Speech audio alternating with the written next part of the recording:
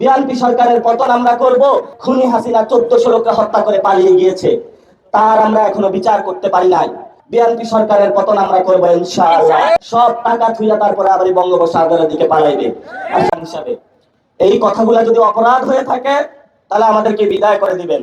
এক নাম্বার হলো, আপনার বউ যখন প্রেগনেন্ট হয়, আপনার মা বাবার যখন চিকিৎসা প্রয়োজন হয়, তখন আপনি তাকে একটা হসপিটালে নিয়ে যান।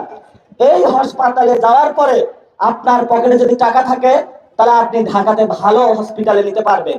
কিন্তু ঢাকাতে নিতে নিতে আপনার প্রিয়তমা স্ত্রী, আপনার প্রিয়তমা সন্তান যে 10 মাস 10 দিন পেটে ছিল, তার তো অবস্থা খারাপ। এই জন্য আমরা চাই বাংলাদেশে সকল ক্ষেত্রে স্বাস্থ্য ব্যবস্থার সংস্কার হোক, যাতে আপনার মা বাবার আপনি ভালো চিকিৎসা করাইতে পারেন, আপনার ভালো একটা চিকিৎসা হয়, আপনার সন্তানের যাতে একটা চিকিৎসা হয়, আপনার বউয়ের যাতে একটা চিকিৎসা হয়। এই কথাটা আমরা বাংলাদেশে মানুষকে বলেছি এবং এটা সংস্কারের একটা নির্দেশনা হয়েছে, সেটাতে সবাই ঐক্যবদ্ধ হয়েছে। এখন আমরা এটার জন্য লড়াই করতেছি, লড়াইটা কি আমাদের অপরাধ? এটা তো আমরা সকলেই মিলে সিদ্ধান্ত নিয়েছি যে বাংলাদেশে আমরা সংস্কার বাস্তবায়ন করব। আপনার পকেটে টাকা নাই, আপনার সন্তানকে পড়াইতে পাঠান, সেখানে ভালো পড়াশোনা তার ব্যবস্থা নাই। যে অনার্স পাস করে, কিরে বাবা তুমি ঘরে আসছো, তুমি চাকরি নাও না কেন? ছেলে তো লজ্জায় বলতে পারে না যে বাবা চেষ্টা করতেছি। 1 বছর যায়, 2য় বছরে বলে বাবা কি হয়েছে, বলে চেষ্টা করতেছি। 3য় বছরে কি হয়েছে, চেষ্টা করতেছি। তারপরে হুট করে ছেলে হলো বিদেশে হাওয়া। বিদেশের জীবন অনেক কষ্টের জীবন। আমি সেখানে গিয়েছি, যারা বাঙালি ভাইরা ওইখানে গিয়েছে, কেউ ড্রামে করে বিদেশ পাড়ি দিয়েছে।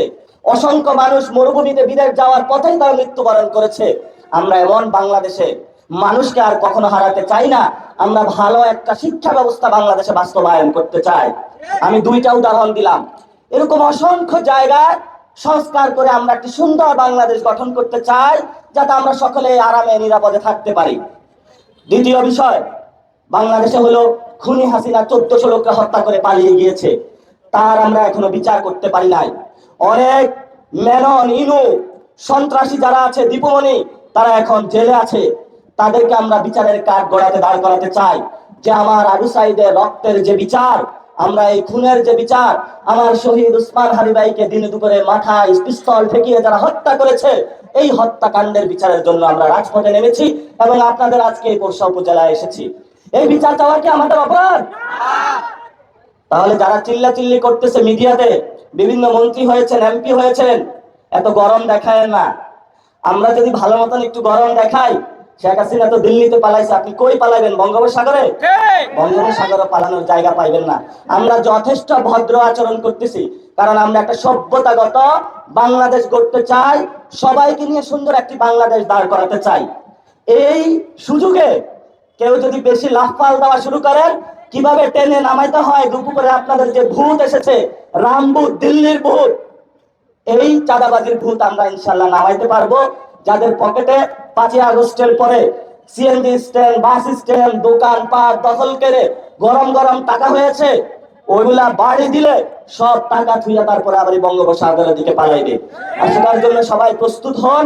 যদি বাংলাদেশের সংস্কার বাস্তবায়ন না হয়, বিএনপি সরকারের পতন আমরা করবো ইনশাআল্লাহ। যদি বাংলাদেশে শেখ হাসিনার বিচার বাস্তবায়ন না হয়, বিএনপি সরকারের পতন আমরা করব। আমরা ইনশাআল্লাহ সরকার গঠন করে শেখ হাসিনাকে ফাঁসিতে ঝুলাবো, আওয়ামী লীগের খুনিদের ফাঁসিতে ঝুলাবো এবং বাংলাদেশের সংস্কার বাস্তবায়ন করব।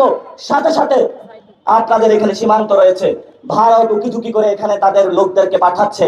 আপনারা শুনেছি কাস্তে নিয়ে রাতে পাহারা দিয়ে যার যা আছে সবাই বিজিবির সাথে দাঁড়িয়ে বাংলাদেশের সীমান্ত রক্ষা করেছেন বীর পুরুষদের মতো।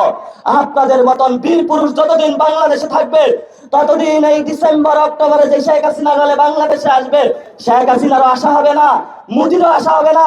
আজাদির বাংলাদেশ ইসলামের সুমহান গৌরব নিয়ে দাঁড়িয়ে থাকবে। আমাদের বাংলাদেশের যে মসজিদের শহর, সেই মসজিদ গুলো দাঁড়িয়ে থাকবে, যেই মন্দির আছে সেই মন্দির দাঁড়িয়ে থাকবে। যে বাংলাদেশের তরুণ যুবা সবাই আজাদির স্বপ্ন নিয়ে বেঁচে থাকবে। এই যুদ্ধতে কেউ যদি আসে, কঠিন লড়াই হবে, আজাদির লড়াই চলবে। সেই আজাদির লড়াই আহ্বান জানিয়ে আমি আমার বক্তব্য শেষ করছি এবং আমাদেরকে দোয়া করবেন। একটা লোক বুকে হাত দিয়া বলছে,